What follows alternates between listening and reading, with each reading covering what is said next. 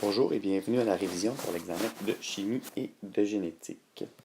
Commençons par la partie chimie. Donc, nous avons vu trois types d'équations chimiques que vous devez manipuler. La première, c'est la dissolution. Donc, la dissolution, ça se produit lorsqu'on met une molécule ionique. Ça, c'est super important, hein? On se souvient de ça. La molécule doit ici être ionique, sinon il n'y a pas de dissolution ionique. On va plutôt parler de dissolution moléculaire. Donc, une dissolution ionique, lorsqu'on a un métal et un non-métal, ou un groupement positif, comme le NH4 par exemple, avec un atome négatif. Lorsqu'il y a dissolution, la molécule se brise. Donc la molécule va se briser ici entre les deux groupements. Ça va donc former du potassium K plus du soufre S. On constate qu'au départ, dans la molécule, il y avait 2 potassium. Donc, à la fin, on va aussi avoir 2 potassium. Maintenant, il faut s'intéresser aux charges. Pour les charges, on va aller voir dans le tableau périodique. Donc, si on va voir dans le tableau périodique ici, le potassium est situé dans la première famille. On va donc lui donner une charge positive. Alors que le soufre, lui, est situé dans la famille de l'oxygène, dans la sixième famille. Donc, on va lui donner une charge de 2 négatif.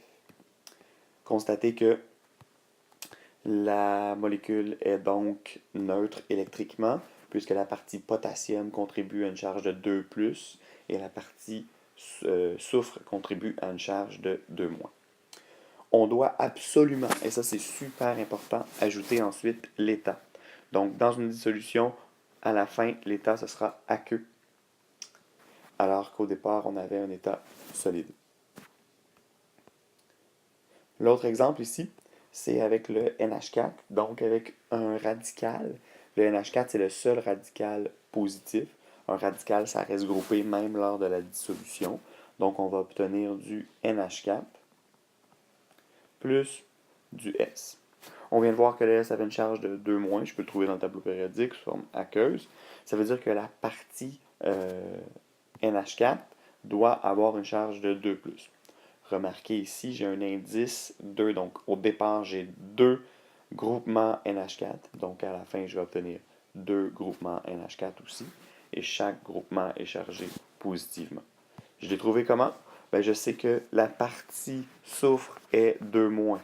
Donc, comme la partie soufre est 2-, il faut que la partie ammonium soit 2+, puisque j'avais 2 ammonium, donc ça veut dire que chaque ammonium est chargé positivement. On peut aussi les apprendre par cœur, vous les avez dans votre plan d'études, les charges de chacun des radicaux. Deuxième type d'équation chimique, c'est la neutralisation. Donc, dans la neutralisation, on a un acide et une base qui réagissent ensemble. On reconnaît donc la base avec son groupement OH, l'acide avec son groupement H. L'idée, c'est que les deux groupements OH et H vont réagir ensemble pour faire H2O. Et qu'ensuite, on prend le reste de la molécule, donc le Mg et le Cl, pour faire un Cl. Donc, ça va donner du MgCl. Maintenant, je vais voir dans mon tableau périodique. Mg ici fait 2 liaisons. Le Cl ici fait une liaison. Donc, on va devoir doubler la quantité de Cl en ajoutant l'indice 2 ici. Finalement, on vérifie si notre équation est équilibrée. Présentement, elle ne l'est pas. Regardez, il y a 2 chlores à droite, un chlore à gauche. Donc, on va devoir équilibrer la réaction chimique. Je vous suggère de commencer par la molécule qui vous semble la plus complexe. Donc, supposons le MgCl2. Donc là, j'ai plus beaucoup d'espace, mais si on met un 1 ici devant, ça nous donne 1 Mg, donc on doit mettre un 1 ici devant. Ce qui nous donne 2 chlore, donc on doit mettre un 2 ici devant. On compte ensuite nos hydrogènes. J'en ai 2 ici, et 2 là, ça fait 4. Donc, je vais ajouter un 2 ici pour équilibrer la réaction chimique.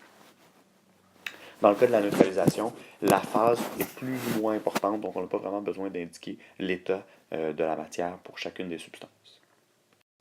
Finalement, dernière réaction chimique, c'est quelque chose qu'on a vu depuis le début de l'année. On l'appelle la réaction de précipitation. En fait, c'est lorsqu'il y a formation de molécules. Donc, il faut tout simplement aller former la molécule. Donc, du Ca plus du Cl, ça va donner du CaCl. Maintenant, on va vérifier dans le tableau périodique le nombre de liaisons. Donc, le Ca fait 2 liaisons ici. Le chlore fait une liaison. Donc, on va devoir doubler la quantité de chlore pour former une molécule adéquate. On peut toujours vérifier avec le Lewis. Donc le Lewis c'est comme ça pour le chlore, le Lewis pour le Cl et comme ça avec ses 7 électrons de valence, désolé. Donc si on vérifie, ça va donner donc du CaCl2. Logiquement le Ca va devenir 2+, ce qui est logique. Le chlore va devenir moins, ce qui est logique aussi. Par rapport aux indicateurs maintenant, écoutez, c'est quand même assez simple. Ce qu'il faut réussir à faire, c'est bien lire ce tableau. Alors, on comprend que pour chacun des indicateurs, on a 3 couleurs possibles. Donc, on a la teinte acide, on a la teinte basique, et puis on a une teinte mitoyenne dans la zone de virage. Donc, si je prends la phénylphthaléine, par exemple, la phénylphthaléine, elle est incolore jusqu'à un pH de 8,2. Et à partir d'un pH de 10, elle devient rose-violet. Donc, entre les deux, elle prend une espèce de rose pâle. Alors, si j'ai une substance qui a un pH de 8, en présence de phénylphthaléine, celle-ci sera incolore. Par contre, en présence de bleu de bromothymol, celle-ci sera bleue, donc un pH de 8 est supérieur à 7,6. Si on voulait bien identifier notre substance avec un pH de 8, on pourrait utiliser 2 indicateurs pour vraiment avoir une plus grande précision. Donc, supposons que j'utilise justement le bleu de bromothymol et la phénylphthaléine. Alors, avec un pH de 8, le bleu de bromothymol serait bleu. Par contre, la phénylphthaléine serait incolore. Donc, en combinant ces deux résultats, on pourrait se rendre compte que mon pH là est entre 7,6 et 8,2, donc un pH de 8 serait tout à fait logique. Section génétique. Premièrement, le postulat de base de la biologie moléculaire. Donc, on a au départ toujours de l'ADN, ensuite ARN, c'est une copie, puis finalement, on traduit ça en une protéine.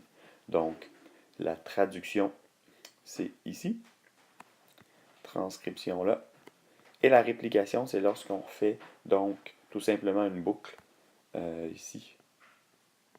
Comme ça. Alors, lorsqu'on prend un brin d'ADN et qu'on le réplique, qu'on le double, par exemple, lorsque la cellule veut se diviser pour multiplier son matériel génétique, elle va faire une réplication. Si on veut produire une protéine en particulier, on va d'abord faire une transcription. Donc, on prend la molécule d'ADN et on en fait une copie sous forme d'ARN. L'ARN ensuite va quitter le noyau. Donc, c'est important là, de constater que l'ADN reste continuellement et toujours dans le noyau. Donc, l'étape de réplication se produit ici, la transcription ici aussi. Une fois que l'ARN a été créé, l'ARN quitte le noyau, s'en va dans le cytoplasme et il pourra être traduit ici en une protéine. La traduction s'effectue dans le cytoplasme près des ribosomes là, qui sont représentés par les petits points rouges sur le dessin. Par rapport à l'hérédité, donc très important comme mot de vocabulaire, là, la notion d'allèle. Donc l'allèle, c'est la version d'un gène. Donc par exemple, la version du gène qui donne la couleur des yeux ou le groupe sanguin. On utilise un symbolisme, donc soit la majuscule ou le minuscule. Donc à chaque fois qu'on parle d'un gène, on va d'abord le représenter par une lettre qui représente le gène en particulier. Par exemple, pour le sang, c'est le I. Donc I, ça veut dire gène pour le sang. Ensuite, on lui associe une lettre en indice qui représente la version du gène. Donc par exemple, pour le sang, on a la possibilité IA ou la possibilité IB. Si on a maintenant une version qui est récessive, on peut lui mettre tout simplement une lettre minuscule, donc I minuscule. Ce que ça veut dire, c'est que les lettres A et B sont au même niveau, donc elles sont codominantes. Donc si elles apparaissent en même temps dans un organisme, les deux vont être exprimés 50%. Et le I minuscule, lui, est récessif, donc il n'est jamais exprimé. Alors, une personne qui serait homozygote pour le I minuscule serait de groupe sanguin O. Finalement, en ce qui concerne l'échiquier de Punnett, donc je vous rappelle que dans l'échiquier de Punnett, on place en haut, mais en fait, ça importe peu, là, on peut inverser là, ces deux gamètes-là. Donc ici, on place les gamètes. Donc les gamètes, en fait, représentent les versions des gènes qui sont distribués aux enfants. Donc par exemple, ici, on a une personne qui était de groupe sanguin AB. Donc elle peut laisser à son enfant soit la gamète A, soit la gamète B. Et une personne qui était hétérozygote pour A, donc qui peut laisser soit la gamète I ou la gamète A. Ensuite, ce qu'on fait, on fait tout simplement la combinaison. Donc ici, AI, ici, BI, ici, AA et ici, AB. Donc on se rend compte qu'on a une chance sur 4 d'être AB, une chance sur 4 d'être AA, une chance sur 4 d'être B, une chance sur 4 d'être A. En tout et partout, il y a 50% des chances que l'enfant ait un groupe sanguin A. Par contre, 50% du temps, il sera sous forme hétérozygote et 50% du temps, il sera sous forme homozygote.